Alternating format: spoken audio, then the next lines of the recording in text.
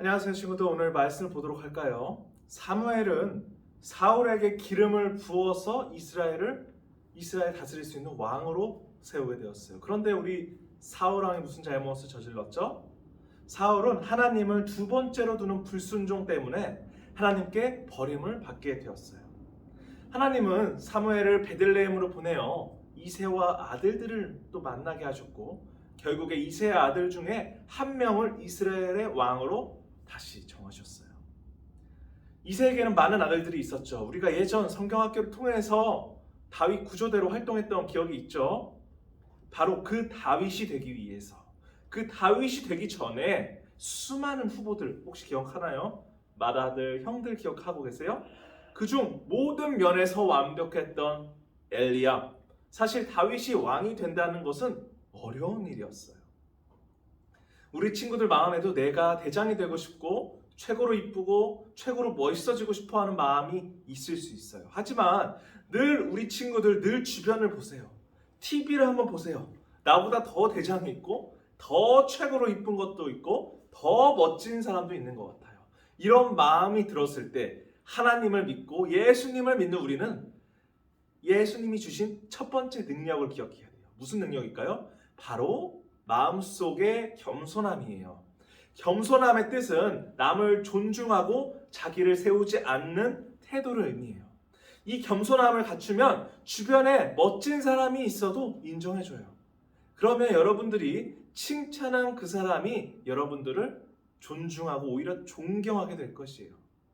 그러면 우리가 어떻게 해야 될까요? 우리나 그 사람이나 똑같이 멋있고 이쁜 사람이 되는 거예요.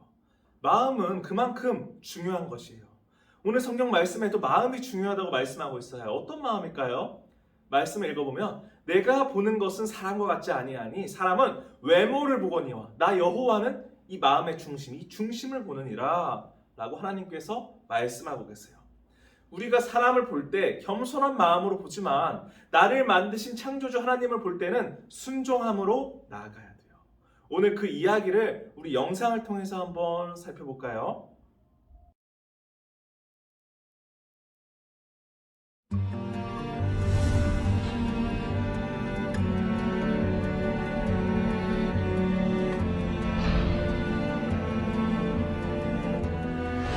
사울은 이스라엘의 왕이었지만 하나님께 순종하지 않았어요. 그래서 하나님은 이스라엘의 새로운 왕을 주기로 계획하셨죠.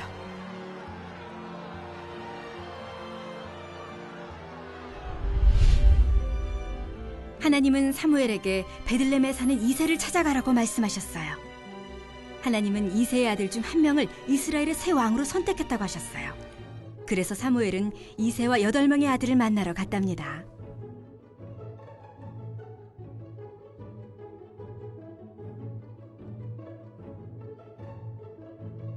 이새의 첫째 아들은 키가 크고 잘생긴 사람이었어요. 사무엘은 이 사람이 하나님이 뽑으신 왕이구나 라고 생각했어요. 사무엘아, 그는 왕이 될 사람이 아니다. 겉모습이나 키를 보지 마라. 사람은 겉모습을 보지만 나는 마음의 중심을 본다. 이새의 아들들이 한 명씩 차례대로 사무엘 앞을 지나갔어요. 하나님은 그들 중 아무도 뽑지 않으셨어요. 아들들이 모두 온 것입니까? 사무엘이 이새에게 물었어요. 막내 다윗이 지금 양들을 돌보고 있습니다. 이새는 사람을 보내 다윗을 데려왔어요. 다윗이 들어오자 하나님이 사무엘에게 말씀하셨어요. 저 아이가 맞다. 사무엘은 하나님이 왕으로 선택하신 사람이라는 표시로 다윗에게 기름을 부었어요. 하나님의 영이 다윗과 함께 하셨어요. 사무엘은 집으로 돌아갔어요. 한편 사울은 나쁜 영에 시달리고 있었어요. 신하들은 사울이 아름다운 음악을 들으면 기분이 좋아질지도 모른다고 생각했어요. 한 신하가 이새의 아들 다윗을 불러 하프 연주를 시켜보자고 제안했어요. 다윗은 사울이 고통받을 때마다 그에게 와서 하프를 연주했고, 다윗의 연주를 들은 사울은 기분이 좋아졌어요. 그러던 중 이스라엘의 적인 블레셋이 전쟁을 걸어왔어요. 사울은 군대를 모아 전쟁을 치를 준비를 했어요.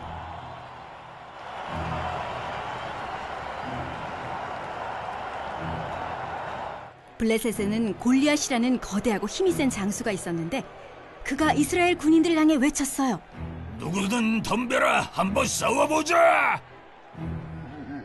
그러나 아무도 골리앗이 두려워 맞서 싸우려고 하지 않았어요.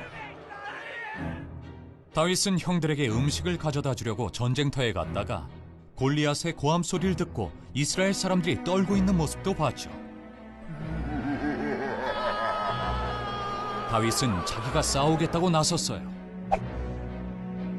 사울은 어떻게 골리앗과 맞서겠냐며 다윗을 막았죠. 다윗은 양을 지킬 때 사자나 곰도 쓰러뜨렸던 것처럼 하나님이 구해주실 것이라고 말했어요. 사울은 다윗에게 자신의 갑옷을 주었지만 그것은 너무 크고 무거웠어요. 다윗은 갑옷을 벗고는 근처 시냇가로 가 조약돌 몇 개를 주워왔죠. 다윗이 가진 무기는 조약돌 5개와 물매가 전부였어요. 골리앗은 다윗이 어린 소년인 것을 보고 놀렸어요.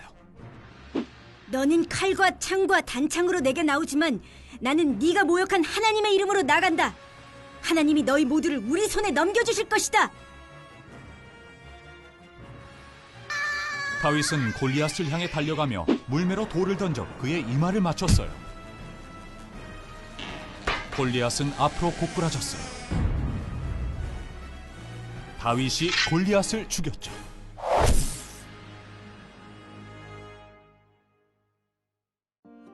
다윗은 덩치가 크거나 힘이 센 장수가 아니었지만 하나님을 믿고 의지했어요. 하나님은 다윗에게 힘을 주셨죠. 하나님이 예수님을 이 땅에 보내셨을 때 예수님도 강한 장수처럼 보이지 않았어요. 하지만 예수님은 십자가에서 죽으시고 부활하셔서 죄인들을 구원할 능력을 보여주셨어요. 사무엘은 이새의 맏아들 엘리압을 본 순간 딱 봐도 반장감이고 딱 봐도 인기가 제일 많을 것 같은 사람이었어요. 하나님을 믿는 친구들도 그 엘리압을 보고 겸손한 마음을 가지고 그 친구를 칭찬했을 거예요. 인간들은 모두가 그 잘난 사람이 잘 될 거야 라고 생각해요. 저 친구가 공부도 잘하니까 좋은 학교로 갈 거야. 저 친구가 성격도 좋으니까 나보다 더 행복하겠지. 이런 생각을 해요. 하지만 성경에서 사무엘은 기름 부음 받은 자, 이 다윗이 왕이 될 것이라고 했어요. 이 아주 막내 아들이에요. 아무것도 아닌. 그런데 하나님의 기준은 우리가 달랐다라는 사실을 꼭 기억하면서 하나님의 말씀 다시 한번 보면 내가 보는 것은 사람과 같지 아니하니 사람은 외모를 보고 나 여호와 하나님은 마음의 중심을 본다 라고 말씀하고 계세요. 이새의 놀라운 능력을 가지고 멋있었던 아비나답이나 삼마도 아니었어요. 막내 아들, 양치고 단순한 그냥 물맷돌만 던지면서 놀았던 이 다윗만이 남게 되었어요. 바로 왕이 된 건 아니었죠. 당시 사울 왕이었으니까. 그러나 하나님께서 바로 말씀하시기를 이가 다윗이 바로 그니 일어나 기름을 부으라. 사무엘상 16장 12절 말씀이에요. 아주 간단해요. 하나님께서 임명하시면 그 사람은 왕이 돼요. 하나님께서 복 주시겠다고 하시면 이루어지는 기적이 바로 예수 믿는 우리 친구들의 기도 응답인 것이에요. 자, 우리 친구들 이제 강도사님과 함께 생각을 넓혀볼 거예요. 하나님의 선택은 어떠실까? 하나님, 저도 할 수 있지 않을까요? 기도해보는 거예요. 용기 잃지 말고 희망도 놓지 마세요. 안 된다는 생각보다 언제든지 하나님께 먼저 해보는 것이에요. 다윗은 블레셋과의 전투에서 모두가 무시당할 때 저는 양을 칠 때 사나 곰도 칠 때 사자나 곰도 쓰러뜨렸습니다. 하나님께서 저를 구해내실 것입니다. 이 말은 무슨 말이에요? 다윗은 스스로 노력을 했어요. 열심히 체력도 키우고 언젠가 하나님께서 날 써주시겠지라는 마음을 가지고 그리고 또 누굴 찾았죠? 마지막에 하나님을 믿었어요. 이런 마음으로 다녔던 다윗은 어떻게 되었을까요? 그 엄청난 블레셋 장수 골리앗과의 전투에서 이기게 되었어요. 영웅이 되었어요. 물매 하나와 조약돌 5개, 평범한 한 소년이 하나님께 쓰임을 받고 모든 사람에게 존경을 받게 되었어요. 오늘 이 말씀을 기억하면서 여러분들도 하나님께서 사용하실 거예요. 그래서 마음의 중심을 하나님께, 마음의 중심을 질투와 시기로 잡는 게 아니라 하나님께 두시면 하나님께서 여러분들에게 복 주시고 능력 주셔서 오늘 다윗과 같이 영웅으로 멋진 사람으로 사용하실 사용할 것을 믿습니다. 이 시간 두 손 모으고 눈 감고 기도해 볼까요? 하나님 아버지 감사합니다. 하나님 아버지 다윗은 아무것도 아니었지만 하나님 아버지 엘리압을 쓰실 수도 있었지만 아무것도 아닌 다윗을 하나님을 믿고 하나님을 마음의 중심에 두었다는 그 믿음을 보시고 사용하셨습니다.